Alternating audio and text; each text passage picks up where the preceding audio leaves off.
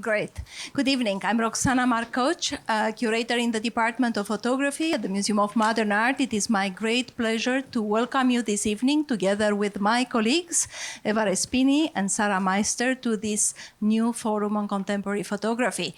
And if you joined us about a couple of months ago when we had our former last forum with Rineke Dijkstra and Judith Joy Roth and Michael Cunningham, you may recall that we met in what I would call the kitchen, which was our Café on Two, because at that time this room, the founder's room, was being refurbished with a state-of-the-art technology sound system.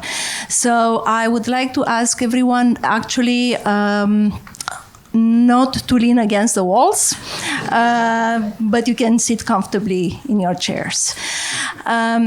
So it is a great pleasure to welcome our distinguished guests this evening, beginning with artist Taryn Simon, with whom I had the great pleasure, really, through treat of working and organizing her exhibition here at MoMA, A Living Man Declared Dead and Other Chapters, which will be on view at the museum until September 3rd, and we are just having a few images rolling over, but I think it will be important for you to go and see the show. The show is premiering, in fact, 9 of the 18 chapters of this project in the United States. And it is extremely ambitious on many levels, as we will discuss later. But basically, it's a project that involved 4 years of Taryn's work, from 2008 to 2011. She crisscrossed the world, going and recording and documenting bloodlines, meaning the living ascendants and descendants of an individual and their related stories. And the stories are utterly fascinating and very broad, very wide-ranging, from the first woman to have hijacked an aircraft in the 1960s to the worst genocide in contemporary history after World War II in Bosnia in the 1990s, to the living dead in India today. Prior to this exhibition, Taryn had a number of other equally ambitious works and exhibitions that included Contraband in 2010. She calls that a performance because she lived for a week in JFK, but it's really an archive of images of counterfeit items that were seized from passengers entering the United States from abroad. Then also an American Index of the Hidden and Unfamiliar, which she made in 2007, which can be described as a collective portrait of the American psyche and its repressed places, and that really intensified because it was made after September 11. And The Innocents in 2003, which was an exhibition actually that was on view at MoMA PS1, and which documents Americans wrongly convicted of violent crimes and later exonerated through DNA evidence, basically calling into question photography's function as a convincing witness and arbiter of justice. It is a real honor to have with us today Dr. Homi Bhabha, who is the Anne Rothenberg Professor of the Humanities in the Department of English and the Director of Humanities at Harvard University. He is, of course, the eminence grise of postcolonial studies. And as many of you know, he is also a very distinguished advisor here at the Museum of Modern Art with our CMAP initiative. CMAP is an acronym standing for Contemporary and Modern Art Perspectives in a Global World.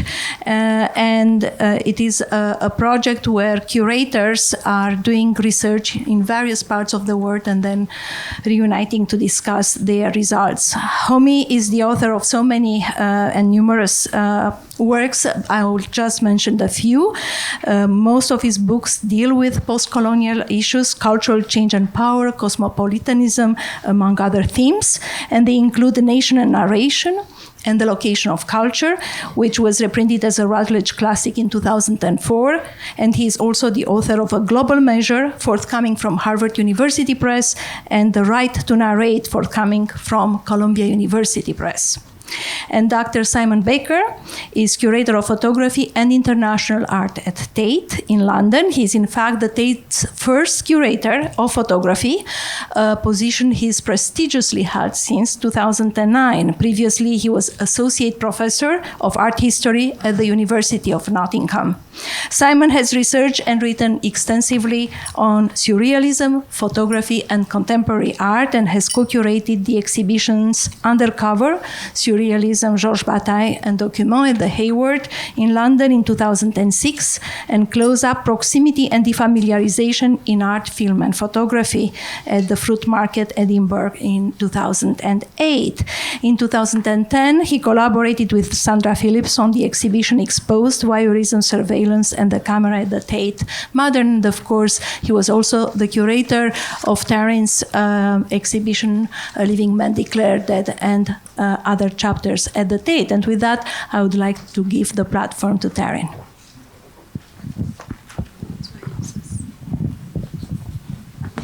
Hello. Okay. Thank you. So I find this format slightly intimidating, so I'm going to make every effort to make it casual. And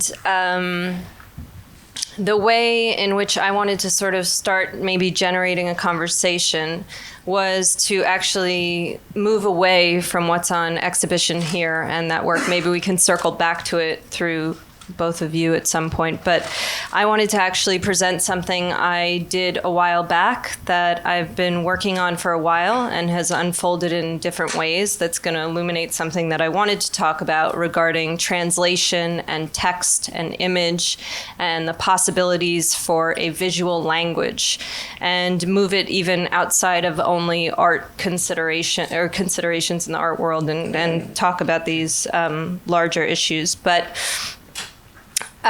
so I first wanted to put up this image, which is an image I took 5 years ago, and it's the final frame in a film made by Brian De Palma about the war in Iraq. It's a fictionalized rendering of a real-life event in which American soldiers went into a family's home during the war, and they raped and murdered a 14-year-old girl who was then set on fire and left for dead, and also killed her entire family. And this is what the film is about. And it's also about the redaction of images during that time. And Brian asked me to make a photograph for the final frame in that film, which I did here, which is where I worked with an Iraqi actress named Zahra Zubaidi, and she was cast to play the part of this girl who was raped and murdered in the film. So we created this image, which originally had a text associated with it, which was the text of the screenplay that Brian De Palma had written for a Hollywood film, and a fictionalized rendering of a real-life event. And in the years that followed the creation of this image, things started unfolding in very complicated ways.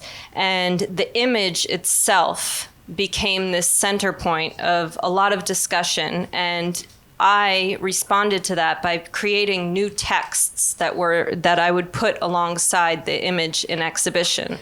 So its first text, which you can see here, and it ended up having 3 texts by the end of its full development.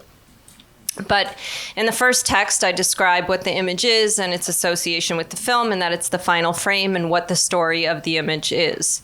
In the second text, the image had been completely recontextualized, and as a result of her participation in the film, Zahra's participation in the film, she was accused by neighbors and family members of participating in pornography, and there were death threats against her in her country of origin, to which she couldn't return for fear of losing her life.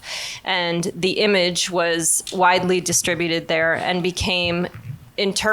was interpreted in a far different form than it was being used in the United States. So it took on this whole other associated text. The image was later exhibited at the Venice Biennale, and its exhibition there was actually used in her paperwork to receive political asylum within the United States. So the exhibition of that image had created a further threat and further knowledge of her participation in what was deemed to be pornographic in her country of origin. So, and she was later granted political asylum. And that is mentioned in the third and final text, which is associated with this work. So I kept adding on and on as it unfolded, and it took on all these different meanings and contexts based on history's unfolding. So I say all of this to lead me to something which I wanted to present to you all here tonight, which is a piece that I've been working on, and this is really kind of in raw development stage, so you have to be somewhat forgiving with it, but I thought maybe to try something different, it would be more complicated and potentially interesting than just talking about what's always been spoken about with my work. And I wanted to think about cultural differences and similarities, which is why I used the Zahra image as an introduction. And I was thinking a lot about the disappearance of cursive text and just of text in general, and the onset of Instagram and these forms of communication that involve images, and the possibilities of a visual language, which is perceived to be something that could be universal. And looking at the differences and similarities between visual language in different cultures, and revealing how it is subject to translation and to cultural implications. And I worked with and similarities. So it doesn't kind of propose any answer. It's more an exploration. And in the act of engaging in this program that I developed, you're forced to look for difference, and it activates something in the viewer.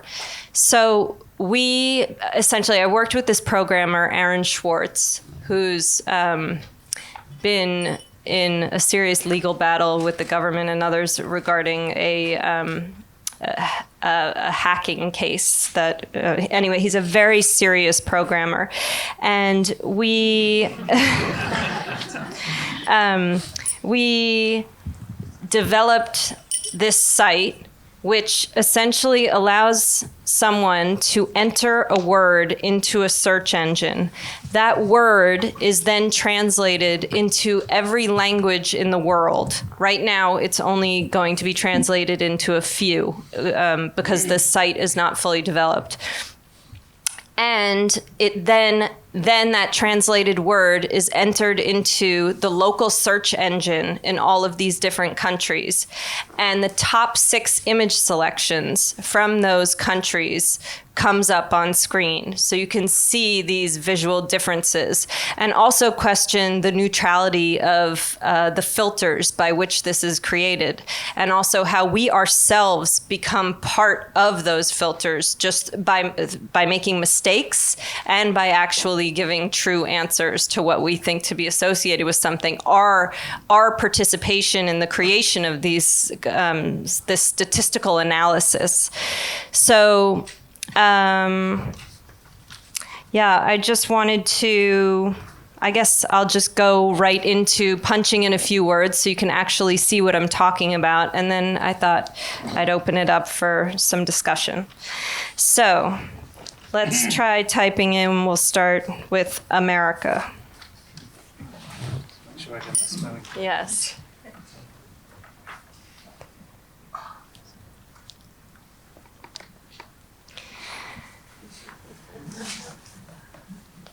So, and again, right now, the countries that are present are just random at this point, and it will all end up being completely inclusive and in alphabetical order, et cetera. But for now, this is an interesting comparison. That's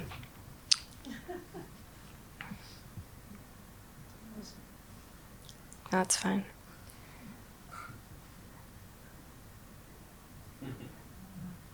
Okay, so now maybe something aesthetic like painting.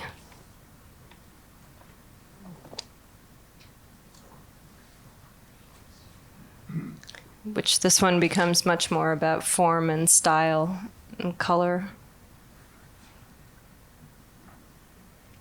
You can scroll down, right? Maybe freedom. I'm just going to do about 7 of these, and then we can talk.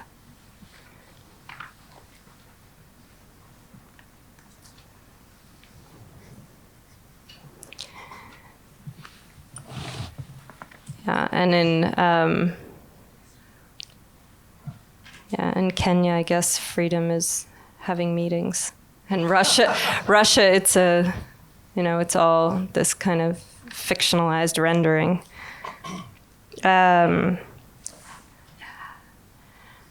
How about party?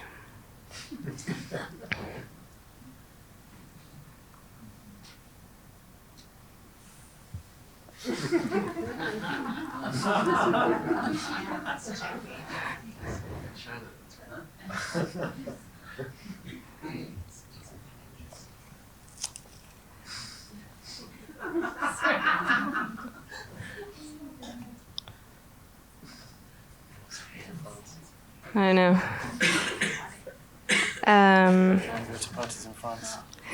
Let's go to leadership.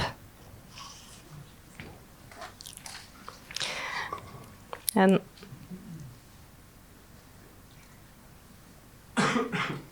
in leadership, it's interesting because in everywhere it's sort of an abstraction, and then in Iran it's very concrete, and China a bit as well. And then in Germany it's just a bunch of diagrams.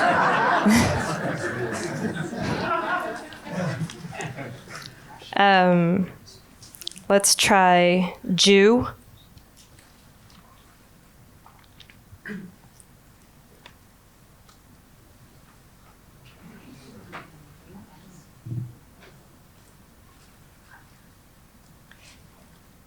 And this is actually funny because in Germany, Jew is Juden or Jude, and clearly there's more searches for Jude Law than Jew, so he takes the central position. How about feminine?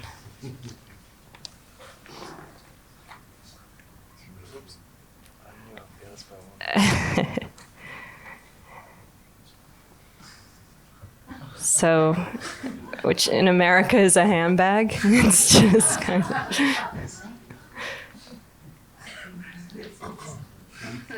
In Brazil, it's traffic sign. Yeah.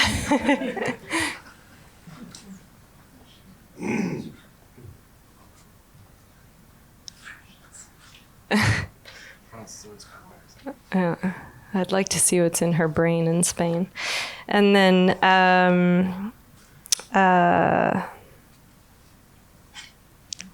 celebrity.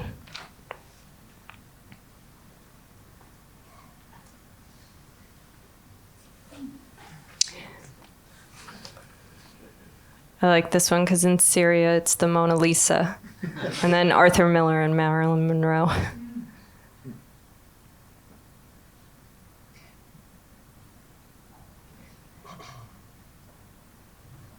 And you can also see where disruptions are happening in translation.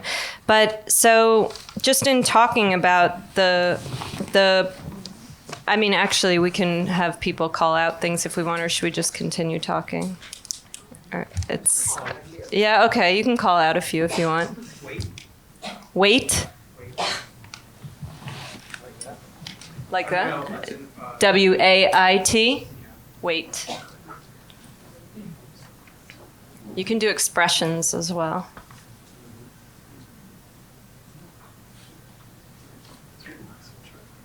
Yeah.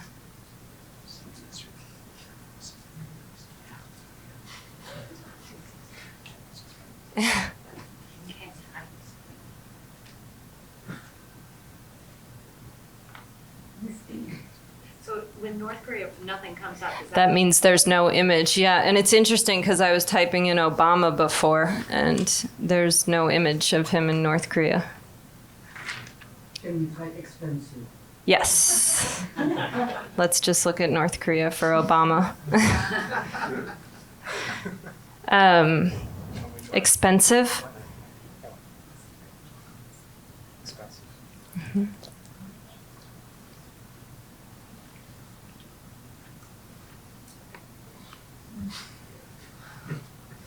Look at Israel.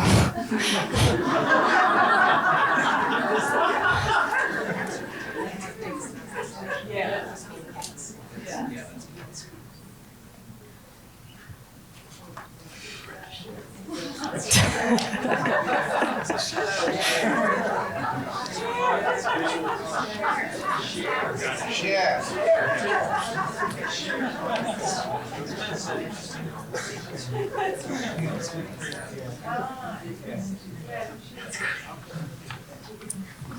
Any more? Islam.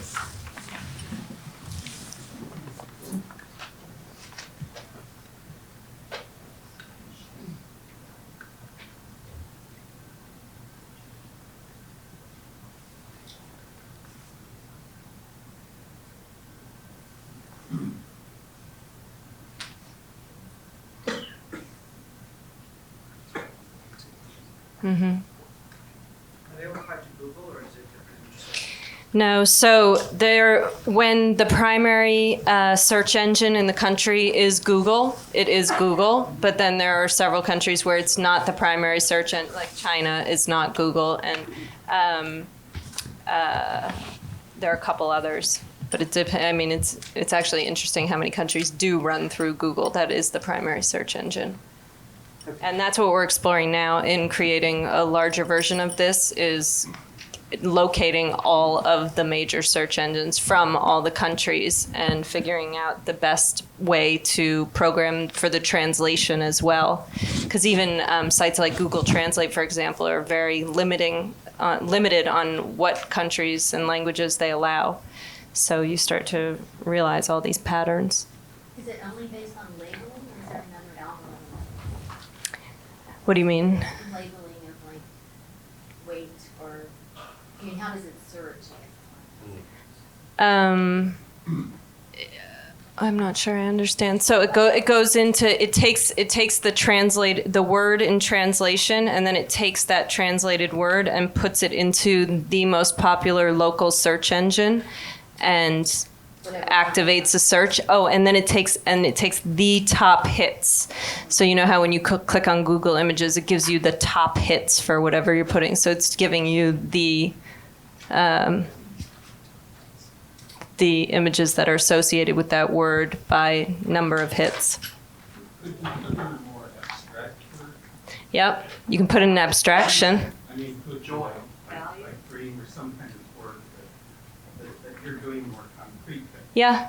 Do you have one in mind? Beauty. Well, I was thinking dream. Dream? Dream.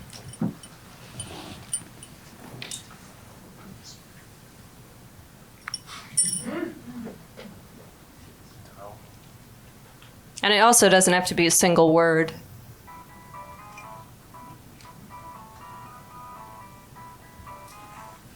Why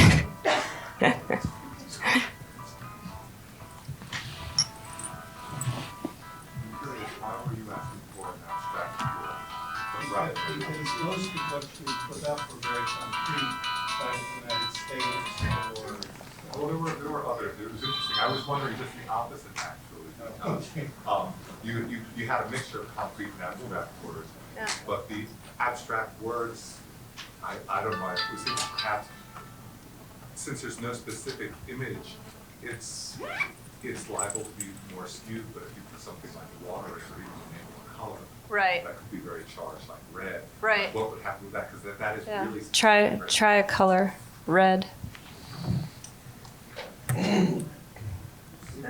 Well, and we also noticed that it's interesting when you type in a place that's associated with a color, like we did Greece earlier, and it's just so blue, the entire result. Terror.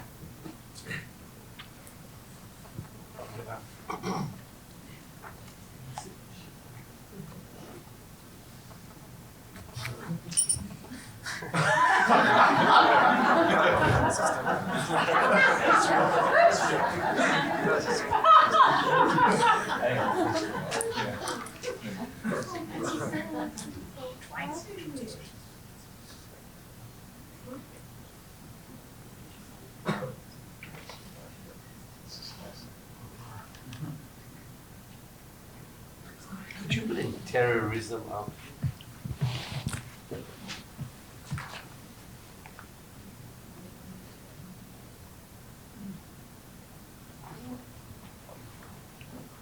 What's that in China? It's all pixelated out. It's a Thomas Ruth. Yeah. Can you select? Not yet, but you will be able to. It's really raw, yeah.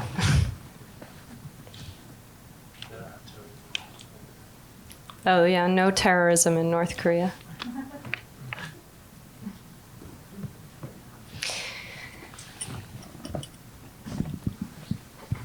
Should we keep going, or maybe? So I thought, yeah. And this is a stray, but have you thought about not translating the word, but putting the English in on the local site? Right. Yeah, I mean, originally when we were doing it, when we were in this kind of formative stage, we hadn't thought about translation at first, so we were just playing around with it, and it was like that. And then we realized we added on all these other layers, and it completely changes the results. What happens when it's all English? Well, when it's all English, it gives more related results that relate to the U.S. results. So it flattens. Yeah. But so I thought, since we have Homie here, that maybe it would be interesting to kind of go to you at this point and hear some comments, because I'm sure you've got some good ones. Well, Taryn, this is the first time I've seen this work, and so clearly, I'm looking at it and I'm thinking. Thank you. I'm thinking back to the work I know well, A Living Man Declared Dead, and the earlier work, and I think immediately of the shouting matches we had. The screaming, literally screaming down the telephone when I was writing the introductory essay to The Living Man. And you said something today which I thought would have immediately activated my ire, where you said, don't worry, this is going to be completed, finalized, you'll find every language, and it seems to me that is a great aspiration of yours. To somehow redraw the map in a way that is very inclusive and very responsible.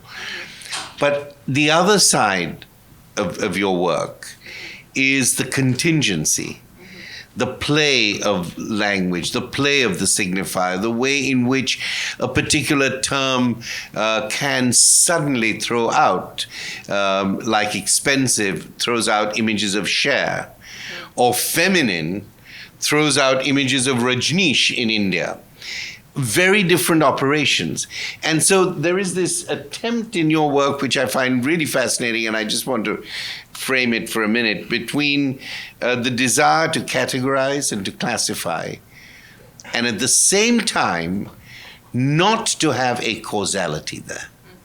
To question causality while maintaining the orders of classification and categorization. And in this work, of course, we have it in terms of the word. But what we learn about that, the word in itself or the word in translation, is really, and I'm sorry to use this cliche of theoretical jargon, which has put many people off theory for the rest of their lives, the arbitrariness of the signifier. That's what we learn. And I think that is a very fascinating lesson to relearn after those of us who taught semiotics and had all us, all our betters and peers say, well, this is crazy. What does it mean? What is the arbitrary? This actually shows you what the arbitration, what the arbitrariness is, and how the arbitration around what is arbitrary becomes a very important function of art, as well as political discourse, as well as thinking philosophically in and through representation, which is what you make us do. That's why the projects are so conceptual. I want to move from that to go back again to your desire to represent everything and everybody. I mean, it's a great aspirational project, but it is neither important to have everybody represented, because the point is already made, and made very powerfully. Of course, you could fill it out as much as you wanted, but you would never be able to fill it out. But the work, this work, and the other work that you've done, I think, is very committed to this kind of representing difference and similitude in its widest way. What happens, I think, in your work is a corrective between what I call diversity, the representation of diversity. Diversity is a kind of pictorial pluralism or a political pluralism, and difference. And I think that the work makes an important distinction between these two things. Of course, like all definitions, what I'm going to say is generated out of the difference between difference and diversity. So it's not foundationally, epistemologically foolproof. But let me just say that there is a difference. When we think about diversity, whether it's in the discourse of multiculturalism or the United, there's something about being the ability to see difference as if it were unmediated, to be able to recognize difference just by looking around, somebody's clothes, somebody's food, what presents itself to the eye. That's diversity, what presents itself to the eye. Difference is exactly what you said, the thing that needs interpretation, the thing that elides the immediacy of the eye. And much of your work, I feel, works on the tension between these two things. Look here, let me give you an image that looks to you strange or different or foreign, on the one hand. On the same time, what is it that you understand by it?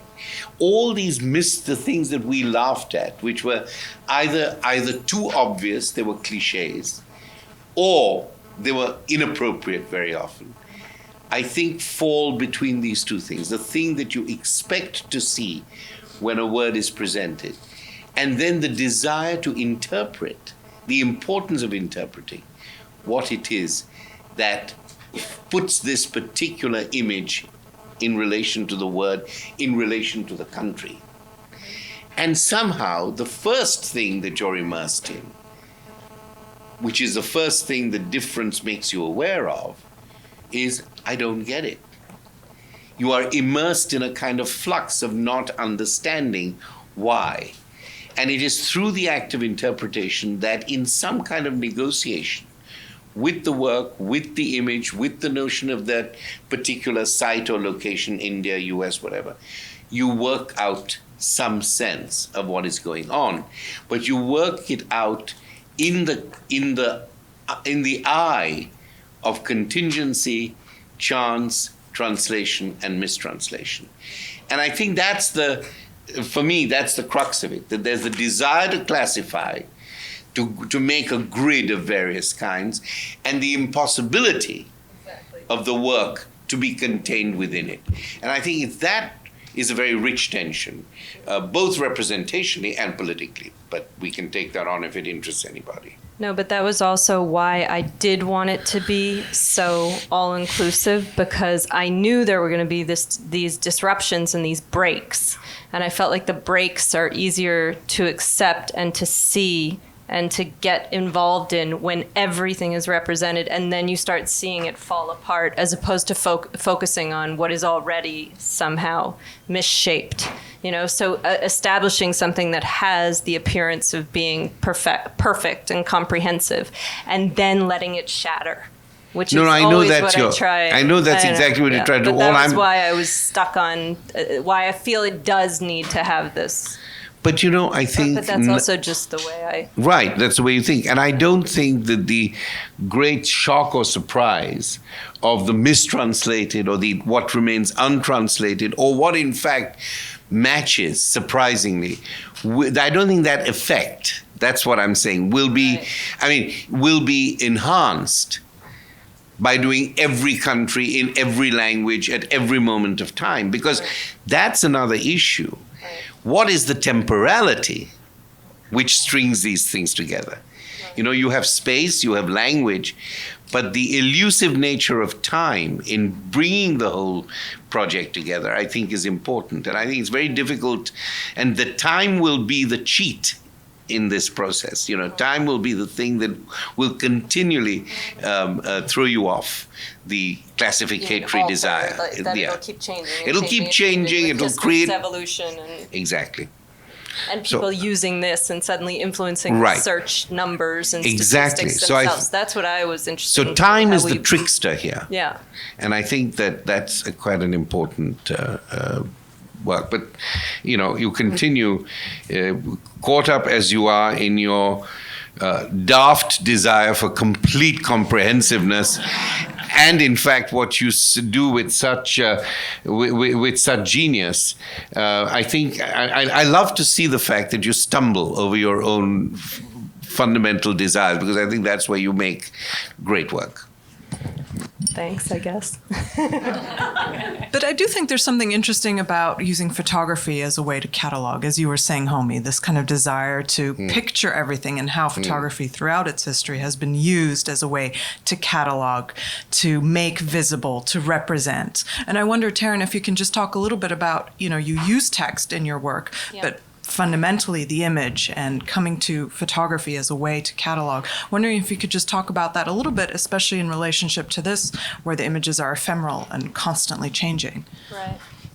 I mean, my use of text has always been as this kind of point in contrast to the image, which is living in this space of multiple truths. So you arrive at the image, or you arrive at the a grid of images like what's here at MoMA right now.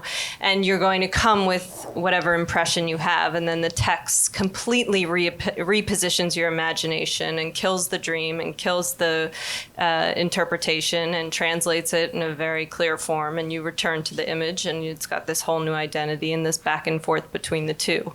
So for me, that relationship between text and image has always been central to my work, and not that and then there's the actual space between each of the works. So you have, in A Living Man Declared Dead, for example, you have all these there's, as much as there's order, which Homi was talking about in terms of using bloodlines, which is this absolute order that we can all accept as being certain and determined and linear and understandable and uneditable, you have that butting up against the chaos of the narratives, which don't have any discernible line through all 18 of them. They jump, and there is no necessary sense or equation to it all. So, and it's those gaps between them, going from one work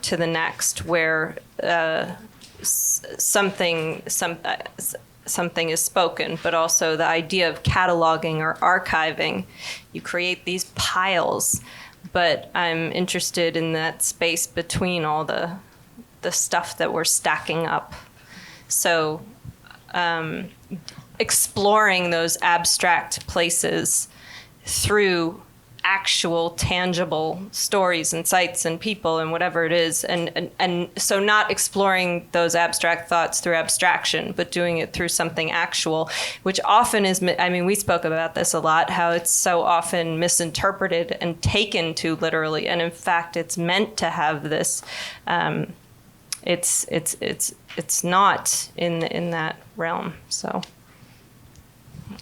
but I think even within the organization of the work itself here, the tripartite, aspect of the work is quite different in terms of the photographic component and the textual component.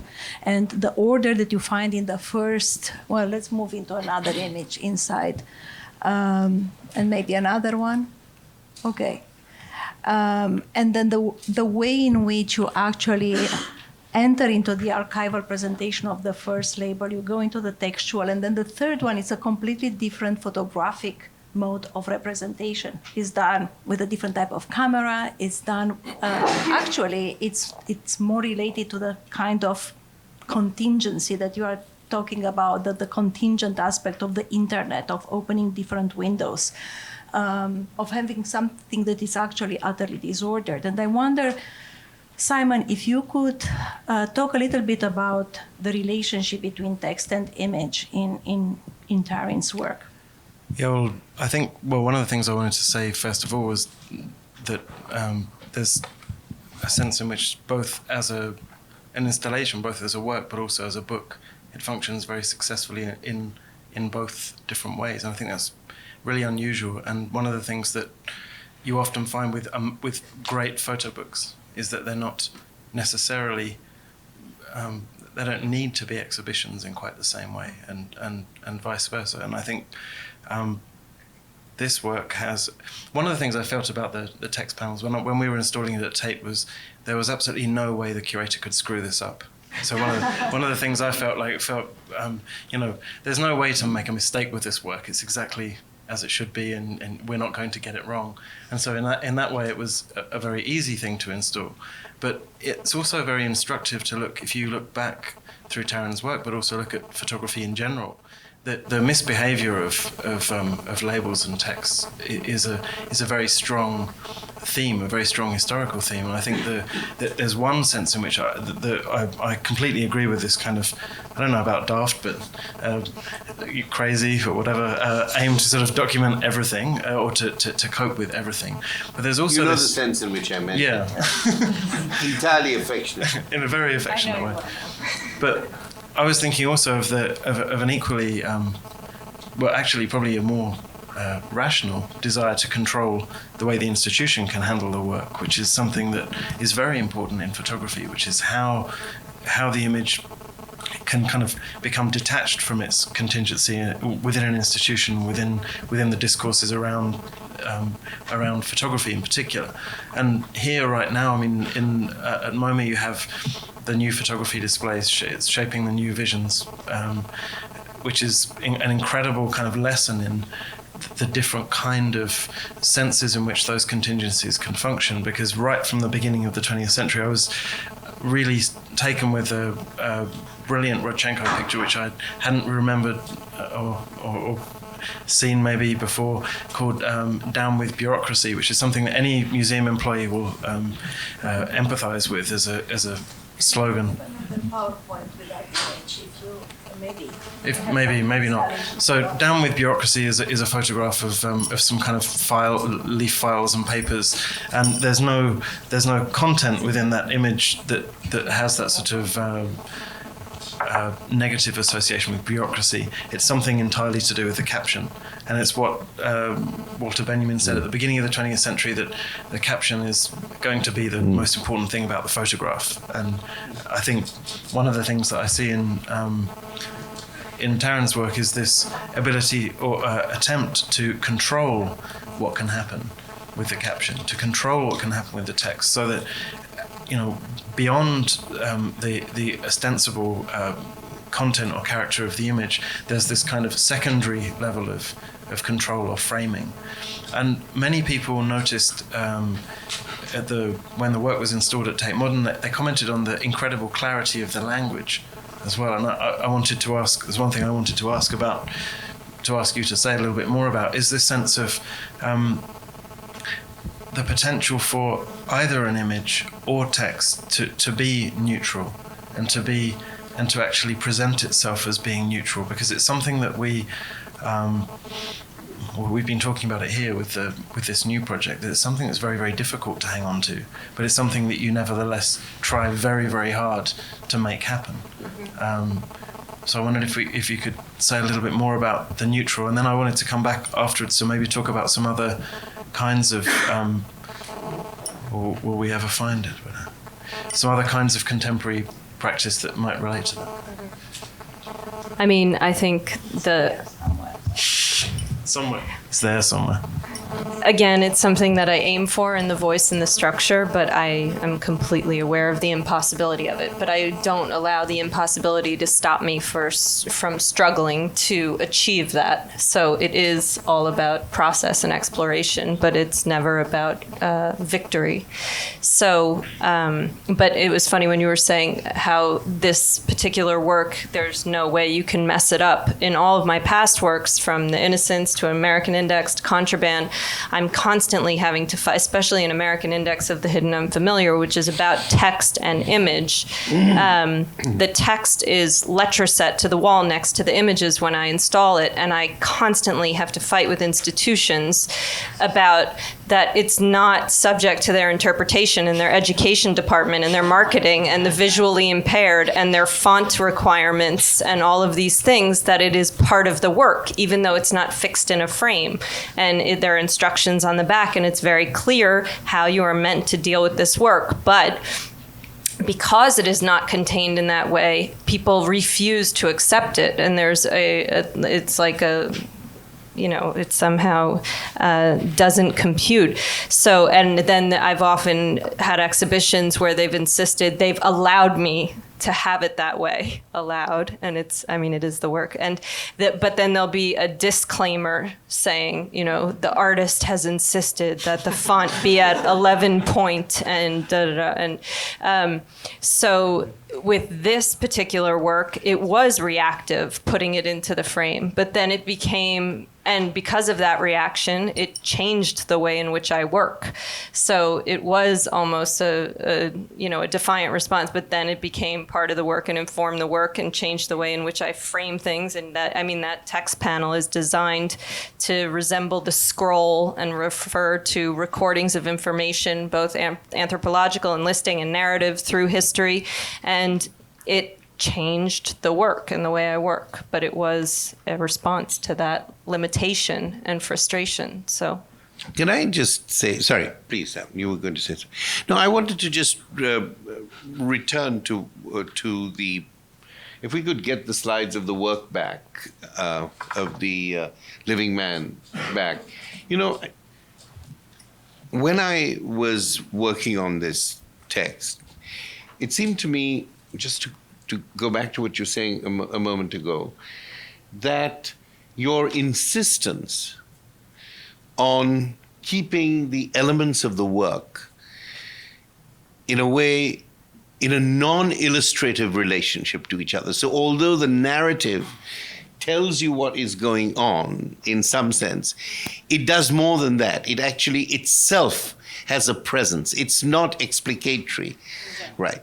So that there isn't a relationship of, a text, a dominating text, a visual element, and something else. I think you're trying to struggle, I think rather successfully, for something else. The font has to be kept. The narrative about what that, can we see that? Can we see any of the works, please, from a living man? No. Just, can we see the, Move another one. where you see the installation? Move forward. Yeah, that's There. perfect. Thank you very much. The fact is that the relationship between these three elements, as I understand it, is not, as I said, exemplary. It's not that the one illustrates or is an example of the other. Each has its own presence. And each has its presence and its absences. So even where in the bloodline narrative, you try to be as comprehensive and as complete as possible, you can see the blanks. And once you have the blanks, as Benjamin said, the contingency is in the image.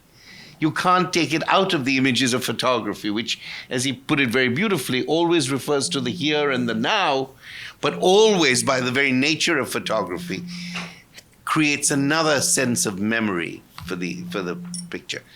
So within that first form, you've tried to maintain, if you might, the same typography, if I might use the word, the same level, the same beige color, the same background, the same image, da-da-da-da-da. You've tried to keep that conformity, but you cannot do anything about the internal contingency. The second, where you actually provide a different narrative, the written narrative, that has its own intermediate space between the two. And the third panel, as you explained it to me so well, are the kind of footnotes, in a way, to the other two. So the question when you look at the work, should you look at it, how do you move from the one image to the other? Is it a kind of do you read from left to right, if I might put it? Is that the way to read the work? If that is, then in some sense one starts at the beginning and thinks that one is going to end at the end. But one doesn't end at the end. And that's why I think these works, although they are placed side by side, are actually in an iterative relation to each other. They somehow circulate around each other. And that's again why I think that the spatialism of the work is so obvious and there, the classification, the spatialism, and yet the time that works through it is of a different quality. And there's the tension between the two really gives the work its power. I don't think it has to be read at all from left to right. It's almost as if they're palimpsestical. They keep working one on top of the other. Yep. And as you were saying before, how the different works relate between each other as well, so that within the space you're always pushing from one place to another, kind of conceptually and geographically. Mm-hmm. So you might arrive at the next work with the same mode of reading, but your ability to put it all together is completely different. And the puzzle, how you put it together, will be different. It's also a very brilliant kind of riff on the history of photography. The history of photography, the early history is classification on the one hand. Yeah, I was thinking, as you were speaking, I was thinking of the early 20th century kind of avant-garde gambits against classification. So like document, which again you have in the displays upstairs, the games with images and the attempts to liberate captions and images from one another, so that you have this kind of freeing up of the spaces between them. That's something which is very important at the beginning of the 20th century, and never really fully realized since then, to be that kind of subversive, but also to be that determined. Simon is talking about a real dictionary, but where meaning is sort of disassociated from the image. And I think you probably were talking more about the classificatory system of like Zander or some... Yeah, I was thinking a little bit about that, but I was also thinking about the way in which I think very beautifully at the end of the short history of photography or small history of photography, Benjamin says, it's always this kind. Photography always has this sort of sense as if it's got a detective. It's like detection is its taste. Detection is its texture. If you've got to find something in it, and the truth of the matter is, of course, that when you expose, when you enlarge, all of a sudden things begin to come out of a work? And was it in the work? Was it out of the work? These are the issues, I think, that you play with. But I wanted to go back to the neutrality issue. Because I remember when I was, struggling with you to write the preface to the real struggles. I kept saying, sometimes, are these not victimage narratives in some way? Everybody's had a bad time, more or less, in a living man. Nobody is this sort of sovereign liberal individual chomping a cigar and listening to Mozart. Everybody has had some kind of trauma, something, and yet you resisted this sense. I put it to you because I thought I was going to protect you from this and find an ingenious argument on the other side.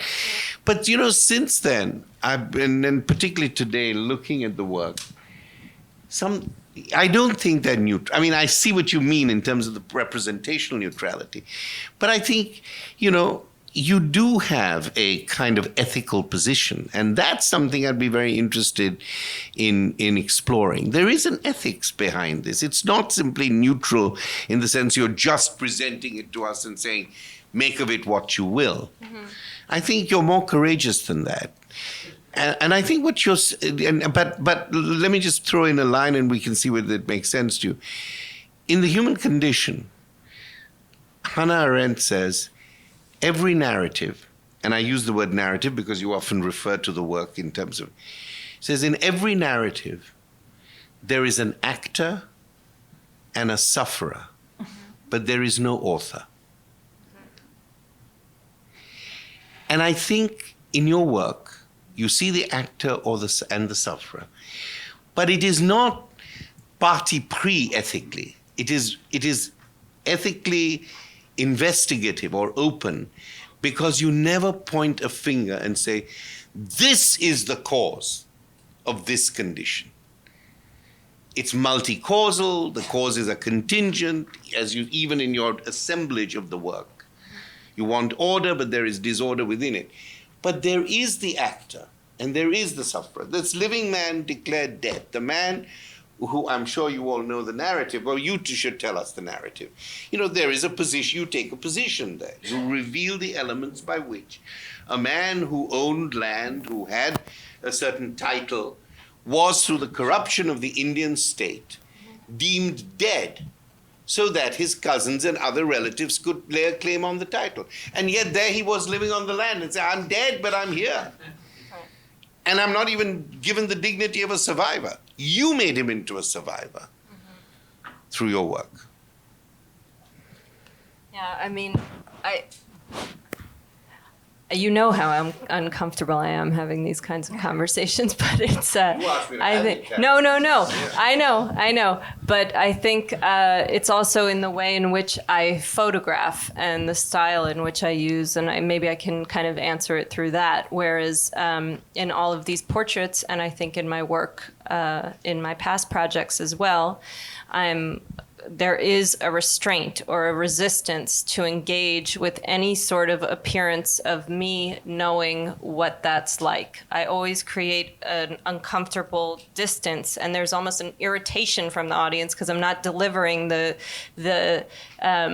habitual emotional triggers that they're accustomed to. I refuse it, and that's been a position I've taken for a very long while, and I think it becomes more and more exaggerated as I continue. And whereas there's a whole school in photography that completely embeds itself in the life of another and claims to have an access that you and I and the audience does not have, and shows the pain and the suffering and the joy or whatever it may be. And I've always refused that, but to create that frustration, it's not a refusal to create nothing. So there is an action. I don't consider myself just some dormant maker of blanks, and I don't mean the empty portraits, I mean a blank stance. But I'm aware of the action in the resistance of that. And I think in my language as well, when I have to speak about my work, I really try to just not address that, because I feel like it will only diminish what I'm trying so hard to build. So it's a purposeful avoidance, but it's not an avoidance to bury something about the work that is there and I'm trying to hide. It's actually an avoidance of influencing it in ways that would negate that whole plane of restraint. I guess. No, absolutely. That's that's why the avoidance of any sentimentality and any immediate identification, to be able to say, there but for the grace of God go I. I mean, the gesture of the work is to say, no, you don't know what the hell you're talking about. There but for the grace of God, look further, but don't think that you can, replace yourself. And that's the reason why I think the Arendt idea that there is a sufferer, there is an actor. In this case, there is a sufferer, the living man who you document. There is an actor, the state, the corruption. I mean, even, processes are also agents. Corruption, the relatives, whatever. But your restraint, as you call it, the irritating restraint, which I think is very important, comes from not saying there is an author, so the whole narrative can be wrapped up. And the spectator, the viewer, the reader can be centered in it and feel that the matter has been resolved. That's what I was saying. Exactly. And I always see those kind of definitions or labels or whatever. That's just a way of an audience being able to control something, chew it up, Correct. and spit it out. So To me personally, I think the irritation also comes from the excess of information. We are given so much more information, Usually you just have a picture, you put it on the wall, and that's it. And there is such an excess of information. And going back in a way to what you, Simon, were saying when you were talking about this relationship of text and image with Rodchenko, with bureaucracy. It's interesting because at the time, Rodchenko and Tretyakov and Mayakovsky, the people with whom he was working on this, on the Novilev newspapers, Dziga Vertov, with whom he was collaborating on film, they were really interested in facts. And that didn't mean the usual documentarian mode of presenting things, but rather it meant an excess of gathering the facts. Like Dziga Vertov talks really about creating a film factory of facts, of working with facts, disseminating facts, gathering facts, making feasts out of facts, propaganda out of facts, which is a very engaged mode of presenting a situation. And you have that sort of engagement. Without the sentimentality. That reminded me of the amazing Alba's composite portrait, which I've forgotten the name of because I wrote it down. What was the? Which one? You have the Alba's portrait in the show. The temporal one, the design of Mary Hammond. Yeah, yes. Mary Hammond. It's really incredible, and it reminds me of that Rodchenko essay against the synthetic portrait for the snapshot, where he says you must gather as many snapshots as you can. Yeah. You don't get a portrait from one image; you get it from this great accumulation of which material. is the basis of montage, basically, right, or photo montage. But I was thinking about that in a slightly different way, which is what Taryn, what you seem to be doing, seems to be very, very different from what somebody like Paul Graham's doing, which is in the shimmer of possibility, creating this kind of group of snapshots, which could be a kind of archetypal, a way of going back to that archetypal idea of what more than one perspective on something can do. Because that seems to me of a completely different order to something which is as a much more. I think you're exactly doing the opposite. You're not trying to tell us that if you took enough pictures, you would be able to sum everything up. You know, that it's not possible to keep exactly as Homi was saying, it's not possible to keep making these works until you get enough of them. And I think I saw that as a very interesting tension in the displays here, because it seems now that there's a sort of an issue in, I mean, I guess we're talking about contemporary practice, you know, that there is a big difference in these two potential modes for making work which is socially concerned or concerned with an issue, which is sort of dramatized in the displays, because you have both the kind of surrealist history and the objective history of photography in one go, or in one place. That's how the history of photography is. It has, yeah, of course, yeah. It has that. But now it seems to dramatize those things because they offer such completely different opportunities. I mean, in that room you have Paul Graham and you have Walid Rad with the Atlas Group, and both of them deal with history, you know, in very different ways. And I think they are both interesting in contextualizing actually Taryn's work. Yeah, absolutely. But I was thinking, just the last thing as well to say was just coming back to this question of the book, because it seems to me that you've put the photo book right in the history of photography all the way through, which makes perfect sense. It's exactly where it should be. But I do think there's it's a very interesting moment now, Roxana. We were talking before about this new book by Michael Schmidt called Lebensmittel. I don't know if anybody's seen it yet, which is this sort of giant compendium of images of mechanical farming. It has no text at all, and it works only by repeating, juxtaposing, inserting images. It works in a completely visual way. And that seems to be a fascinating return to an earlier moment of photographic history as well. Sure. That there are these the Walker events. Yeah, exactly. So I guess the question about text is, you don't have it. If you don't have it, or if you do have it, it has to be controlled to such an enormous degree right now. I think there might be some other artists in the room who might have had an experience. I love hearing the two of you talk about the experience of you writing this text and the dialogue you had.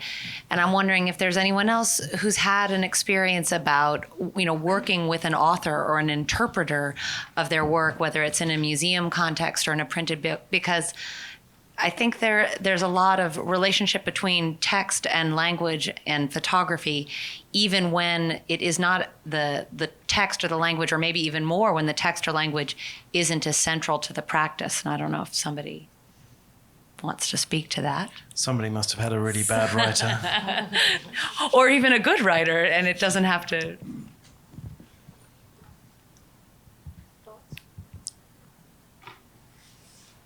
Liked everything that anyone's ever said about your work, Joel? Well, I did a body of work called On This Site, which is about text and image. And it was about, for me, first and foremost, it really was about violence in America. I came back from a year in Italy, and I was very struck by the level of violence.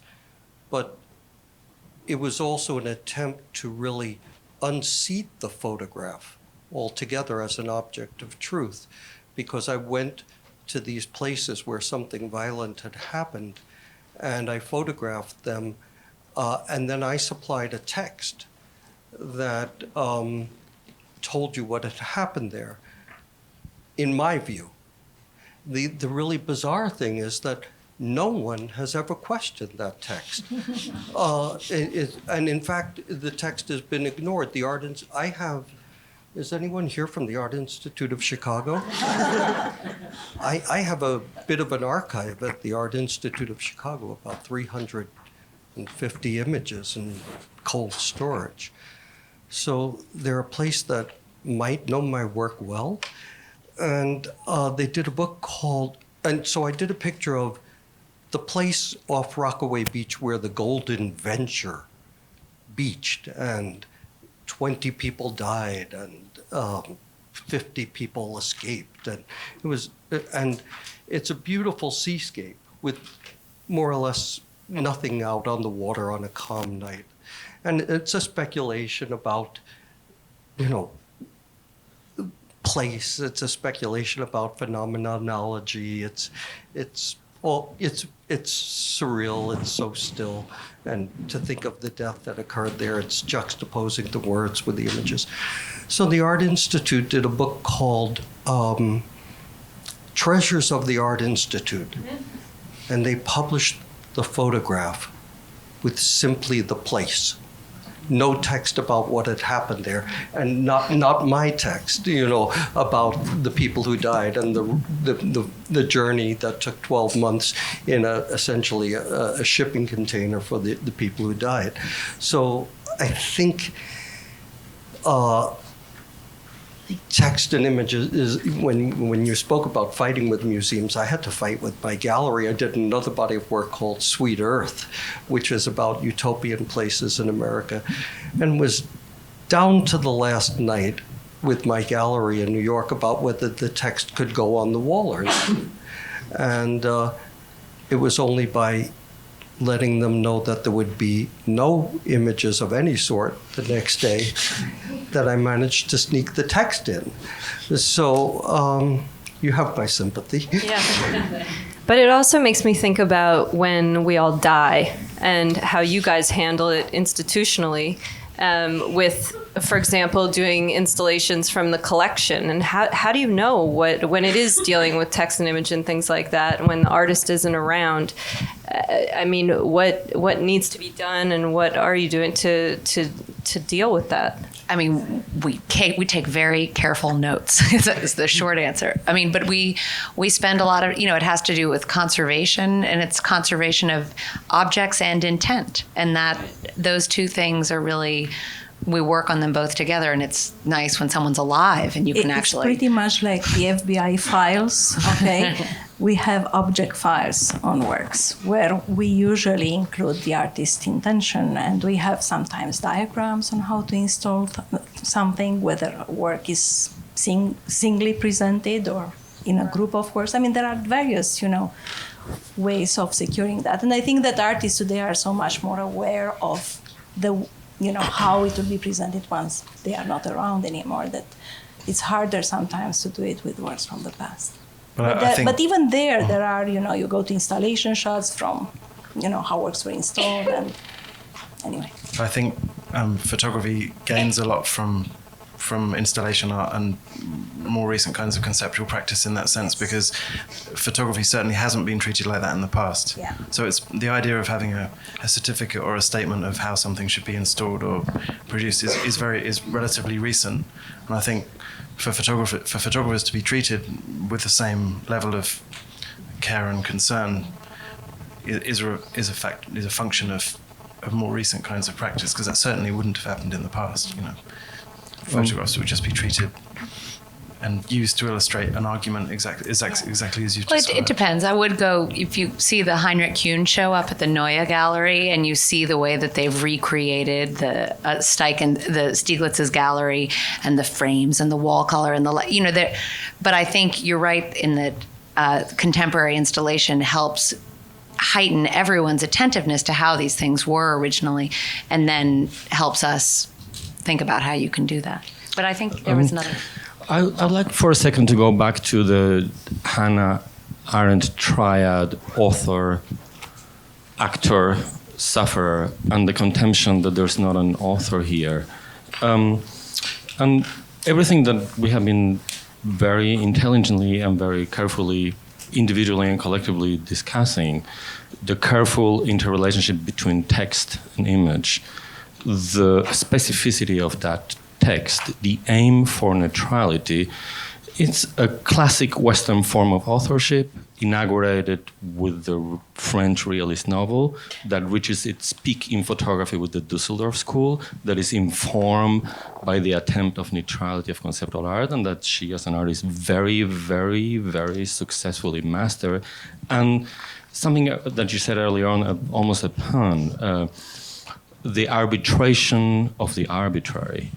She, as an author, and as a super qualified author, she does arbitrate the arbitrary with this specific form of authorship, to which we relate to for the very same reason that we all laugh at the same images when they pop up and something funny pops up in North Korea or in Germany.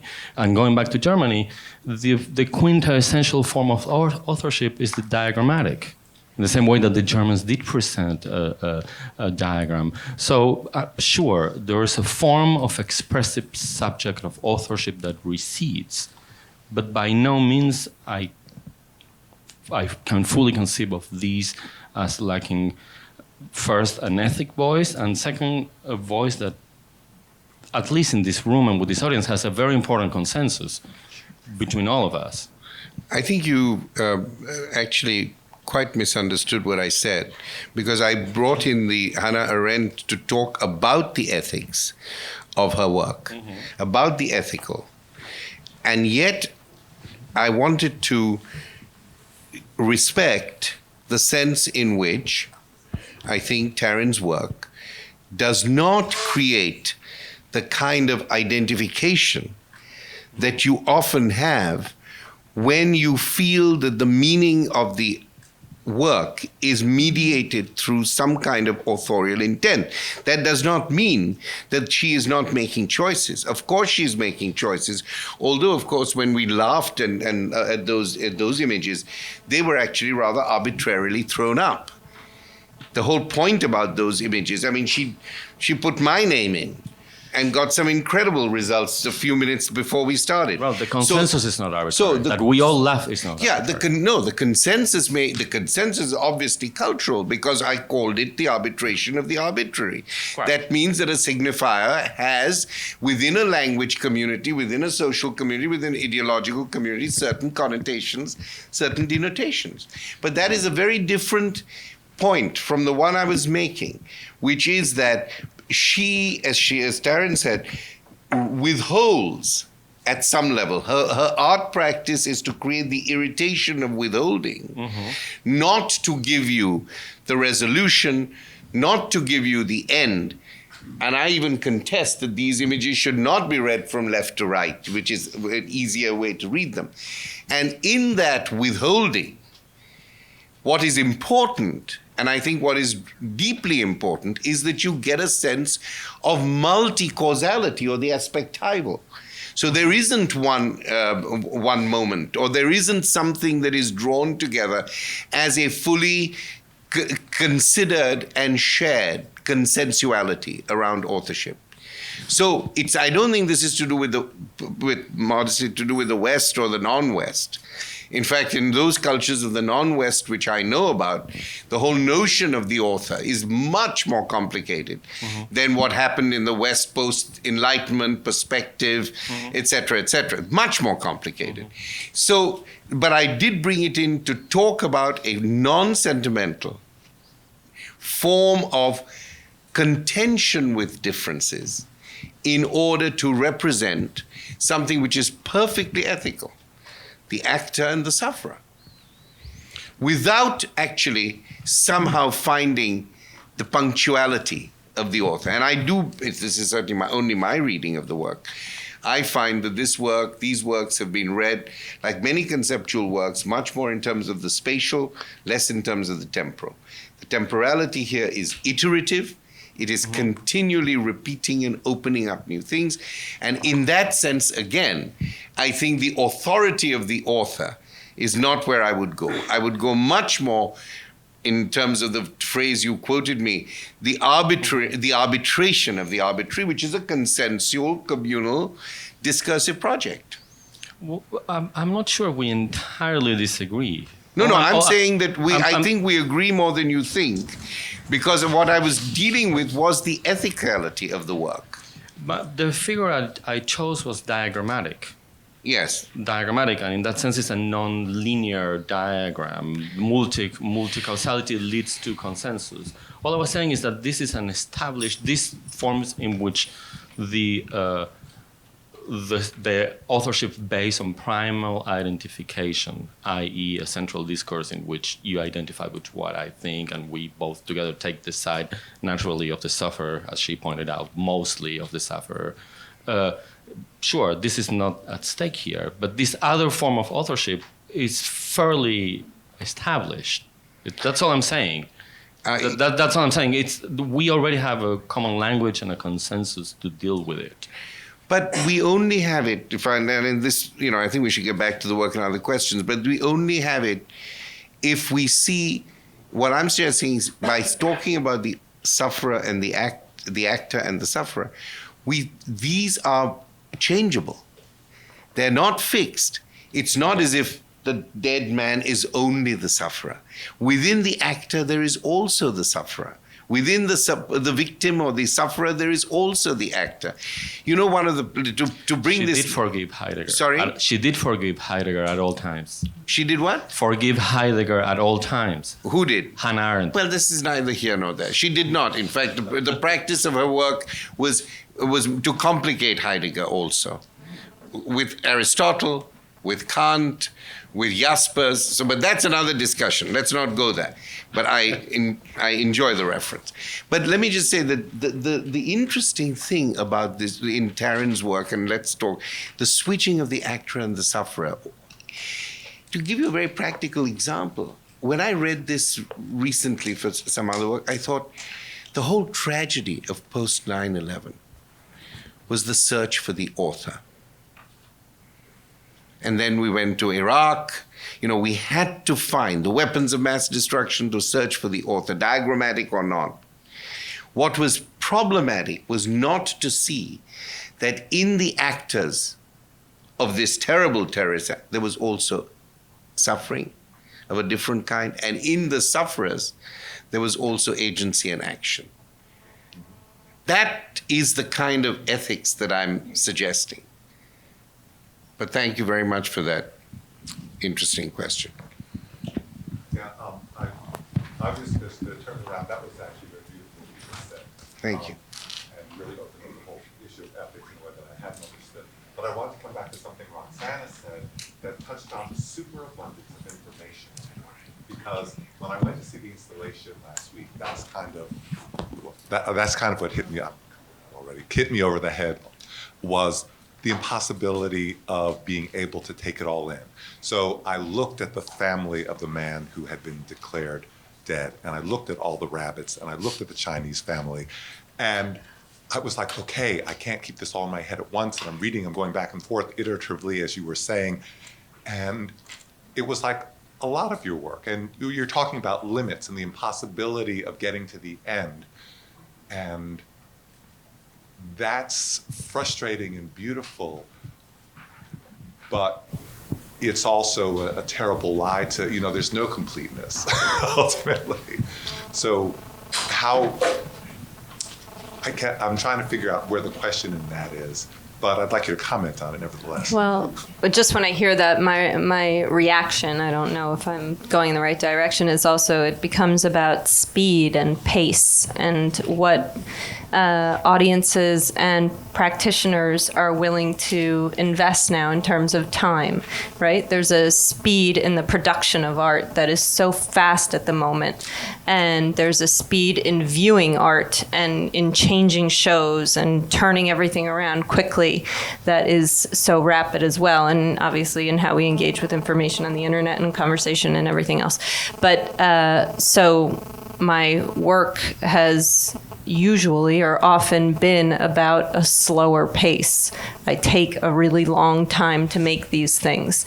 They demand a lot of time from the audience. You can do the quick view, you can hopefully come back and view it again, or I don't know, but it's to me that's about time. And I wonder now whether the image or the text is what slows you down. And you may think that it's a text and not the image. But for me, the text is also in your work. And I think that's what you are trying to do over and over again, is creating the context. And often you create the context, like if you take the image that you did with Brian De Palma, you create multiple contexts. You just follow the image and its life through its own history and then incorporate that history into the meaning of the image all over again. At the beginning, Taryn, you talked about, is there a visual language? Yeah.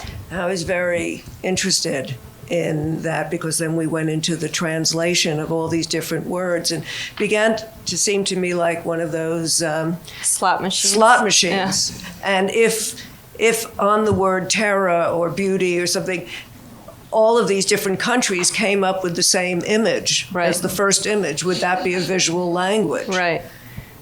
I mean, then you have to get down to, is the filter by which you're receiving those images all being the same? How is that filter operating? And start looking at that. And I mean, there are certain words where you punch. I actually picked ones that would show some differences and be engaging in that way. There are a lot of words where you do see this flattening, and that becomes something as well. That only means that these people assign that image to that word. Yeah. That doesn't make it a visual. No, I'm not saying it does. It's an association. I don't know what it is. I'm just curious what you mean, and whether then you're working with text and image. Right. Then where does the text relate to that particular image? Well, I think also what Roxana was just saying about the text giving the image context, I can also see it in the on the flip side, where actually the image is giving the text context, and you're giving these backgrounds to language that is suddenly locating it and giving it some sort of definition. So and that's what I was talking about with Instagram and everything, and these kinds of, I mean, people are moving away from communicating with language. It's a real thing. So, yeah, exactly. Yeah, and graphics and all of this. So and again, I mean, I just started this, so I haven't worked it all out, but I thought it was interesting to discuss in this context where most people are practitioners are dealing with images and images history. Can I just add one little thing here in relation to what was just said, and I agree with that. But Lynn, I think that even if we had, under terror, in 3 national grids, the same image turn up, we don't know why. All we know is that at one let me put it this way, that the symbolic representation is not necessarily the meaning of the sign. So the symbol might be the same figure coming up again and again, but we do not know what the signification is of that particular thing, which is why I think the work needs to, at some level, present that other material too. Not simply the arbitrary, the contingent, the similarity or the similitude of the iconic or the iconographic or the imagistic, but also what the side is. Now, for instance, I noticed when we had femininity, we had this Rajneesh. I don't know if you know who Rajneesh. Rajneesh was a kind of Indian holy man, and was a great, philosophically very interesting, actually great. But what he became really known for were these kind of, these kind of ashrams where everybody had free sex. As they put in India, this was a hugely revolutionary thing. And why, I was thinking, why does Rajneesh come up with feminization or feminism? And I think it's only to do with this unleashing of desire, for which he became much greater than of his reading above the Bhagavad Gita. So I think it's to understand that the symbol is not the sign, that the same image might come, but the reason for it, we don't know. Well, that's what I was concerned about. Yeah, absolutely. That the question of developing a visual language was something, again, so hard for me to understand. As, simplifying it. But Homi, is it possible that since you've dealt so much with narrativity, is it possible to narrate just through images? Will there be a point in our civilization where we will be able to communicate solely through images? But the past has shown us that that was possible, right? Right. I mean, go to Lascaux, go to the caves. Right. Of course we could do that. I think it is possible to manipulate images in also to not to have language. But that was in a very simplified way. It was about survival. And I'm talking about a more complex way of communicating through images. I'm sure that is, I don't see why that would not be possible. But having the resources of both language and image, and the way in which and what I call the non-analogical or non-illustrative relationship with each other. It could be an interrogative relationship, it could be a disruptive one. I think that the richness might be in the liminalities of one and the other, showing it up. So yes, I think it is perfectly possible and we see it. We see narrative in purely visual forms in all kinds of practices.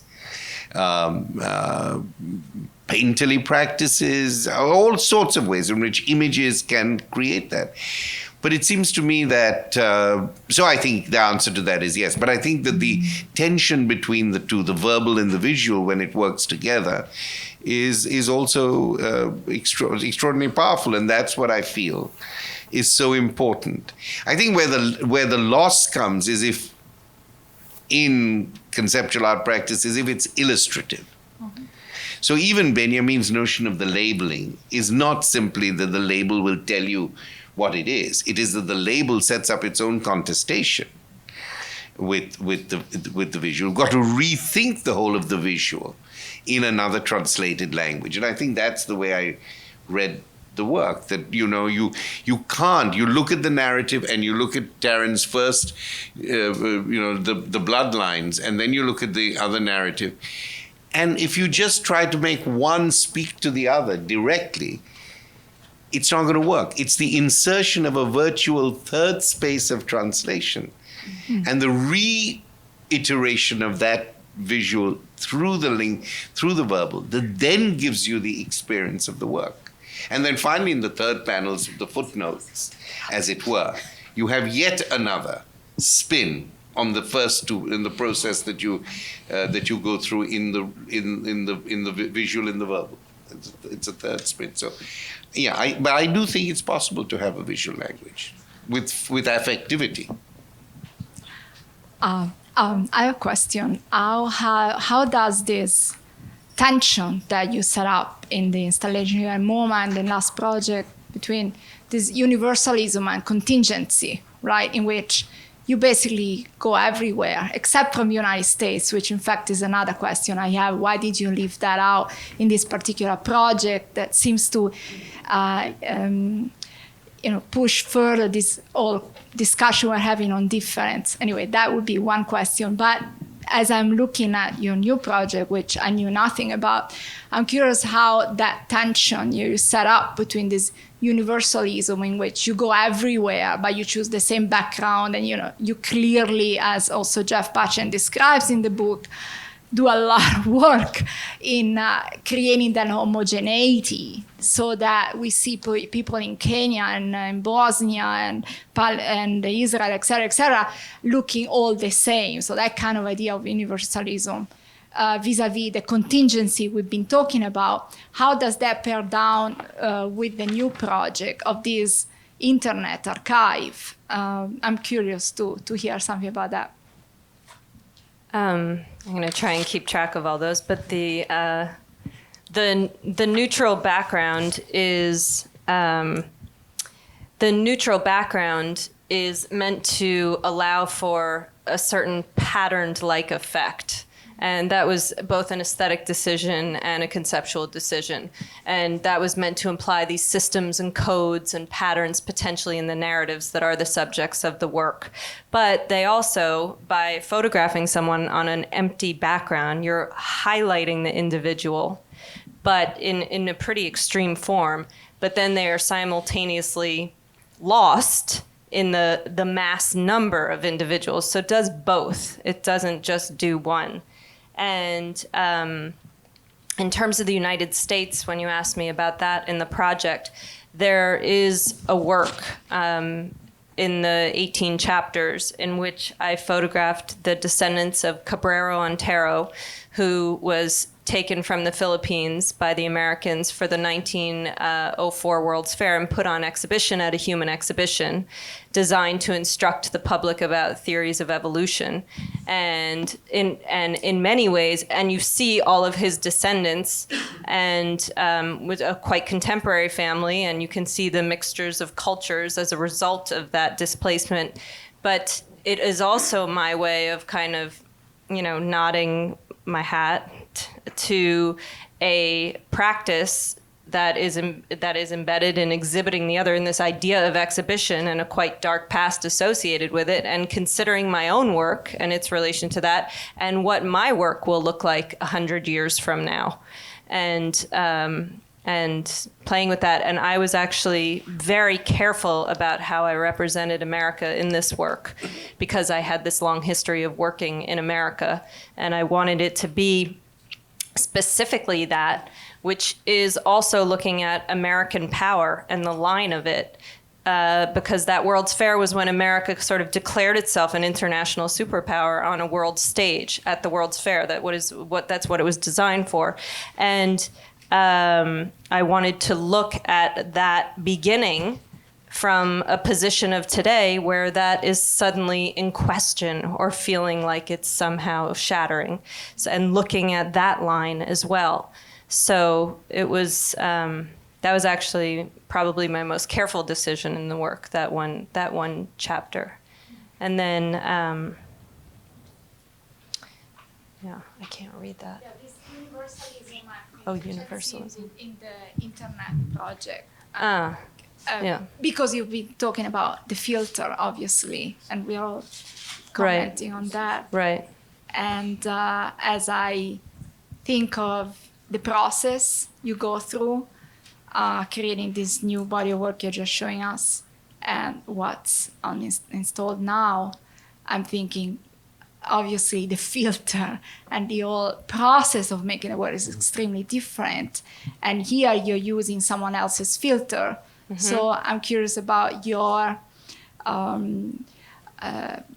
approach towards you're obviously creating some kind of archive in everything else you've done so far, and how does that compare to this other archive that we're all consuming, but now you have programmed in this particular way? I mean, for me, it's still about issues of translation and all of that, but I was trying to actually throw it all away and kind of work in a different form and explore a new medium, explore a new terrain, and see what's possible through that I could never achieve on my own. And just, it was, for me, this was really about, again, we talked about slow pace, working over 4 years or something. This was created in 24 hours, just really trying to do something Joachim different. Smith style. Yeah. So. Just to the archive thing, I wanted to bring something in. I don't think that this is an archive, by the way. Obviously, the internet project is an anti-archive, because it's all about simultaneity and momentariness. As for the living man also, because just to bring it back to the fact that it's also a book, and it's also on the wall, and it's approximately 50 meters away from Marcel Broder's take on Mallarmé's throw of dice. And I keep thinking about that, maybe because they share a floor, that everything we said about word and image, right? The untranslatability, spacing, breakdown, how translation collapses, how texts are obscuring, limiting, and also enhancing the image meaning, and vice versa. Everything we said about word and image and space, right? It's in Mallarmé. And then it's in Marcel Broder's take on the book, when spacing is spacement, language, image, and the extreme intricacies between them. So I'm just asking that, what do you think about that Mallarmé thing and spacing? Because I just found it extremely peculiar and kind of beautiful that we have this work in the third floor in the photo galleries, and there is Marcel Broder's Mallarmé book not so far from it, which is not an archive, so that's the non-archive. Well, I'll say something. Just to say that I think there's a big difference between those kind of avant-garde gambits and the real world. It's a completely different. The strategies might be the same, but the end result is completely different. Yeah, and not. I mean, I think they were much more about the calligrams and the sort of shaped kind of poetry, which was giving words form, actually, much more than. I mean, I see a difference, and I see less of a difference with Brothers and more one anyway. Mallarmé and XVIII.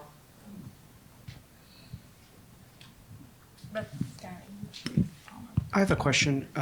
Do you, based on what you've done here, do you think that there's this tied towards the universality based on the images, or is there also, as I'm looking at this and seeing the images and we're trying to find the word that'll give you the slot machine, I'm also thinking of the opposite of internet memes where there's one picture and via captioning it's recontextualized constantly, like whether it's the downfall clip with Hitler or LOL cats or Kanye or whatever it is, that same image is just constantly recontextualized. So, and there's text being brought in that way too. Right. So is it actually in both directions? Mm-hmm. I think so. I mean, yeah, for me, it's again about the exploration. It's not like I have some answer here. Right. Yeah. But what is it that so I'm just trying to understand what the universality is. Where is the universality? Well, there is. I mean, that's what we're as we're watching this happen, we're kind of hoping that somehow a word will be dropped in there, and even a false sense of universality would happen, that all the pictures would be the same return in the same order. That would give us a sense that even this false impression would be universal. But is that something you want? No, I'm just questioning, is that the sense of that? That's within the purpose behind this. Oh, is the purpose behind it that all the mulberries come up together like in the slot machine? Is that what would give you a sense of achievement? No, because then that would just make me question the system by which we achieve that. Right. It's just. Yeah, I think it's just the fact that seeing the system is kind of like your instinct is to drive, want to see it do. For me, it's about all the things that are being raised here and the discussions and the continuation of sort of digging into this process of, I mean, you think about like the UN, it's very evident the chaos when everybody's speaking in all these different languages and all communication is happening through these translators and huge decisions are being made and the chaos in that and then the resulting supposed order. And it's much more apparent in language than it is necessarily in visual material. And it's moving in that direction. So it's, I think but it's subject to the same stuff. Can I just say, I think you've raised a really important issue, I think. I think there's a sense in which we think about universality as some level playing field or something of this kind, a moment of transparency in the midst of all the chaos, a moment of perfect translation, even if that doesn't happen. I mean, but maybe there's another kind of, universality might not be the right word for it, but then maybe there's another kind of thing, that the questions we return to and still preserve their status as questions. Maybe that's a kind of non-universal universality. Right, like that's a constant. It's a constant, but it's Right. not a constant in time and space. The fact that with all the conventions of human rights that we have, every time there is a case, an actual case of the violation of human rights, we return to the question, what is the human? What is a right?